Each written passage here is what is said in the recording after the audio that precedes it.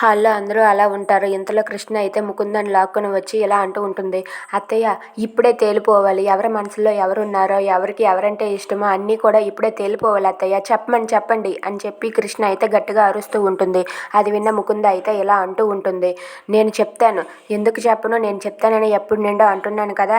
ఇప్పుడు చెప్పేస్తాను. నేను దేనికి భయపడను అని చెప్పి ముకుంద ఇలా అంటూ ఉంటుంది.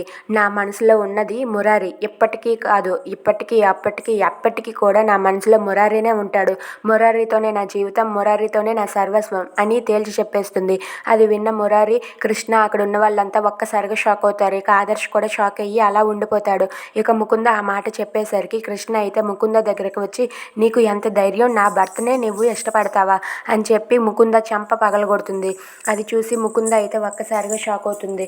అవును, నా భర్త నీకు కావాలా అని చెప్పి ముకుంద చెంప పగలగొట్టి వార్నింగ్ ఇస్తూ ఉంటుంది. అది చూసిన ముకుంద అయితే షాక్ అయిపోయి, ఏంటి నా చెంప పగలగొట్టడం ఏంటి, అసలు మురారిని ముందు ప్రేమించింది నేను, మా ఇద్దరం ప్రేమికులం అని చెప్పి వాదన పడుతూ ఉంటుంది. ఇదంతా చూస్తూ రేవతి అయితే ఏం జరుగుతుంది అసలు ఇక్కడ అని చెప్పి కంగారు పడుతూ ఉంటుంది. ఇక ఇదంతా కూడా ఆదర్శ్ అలాగే మురారి అయితే అలా చూస్తూ ఉండిపోతారు. ఇక ముకుంద వాదనకి కృష్ణ ఏం చేయనుంది. If you like this video, please like, share and subscribe. Thanks for watching.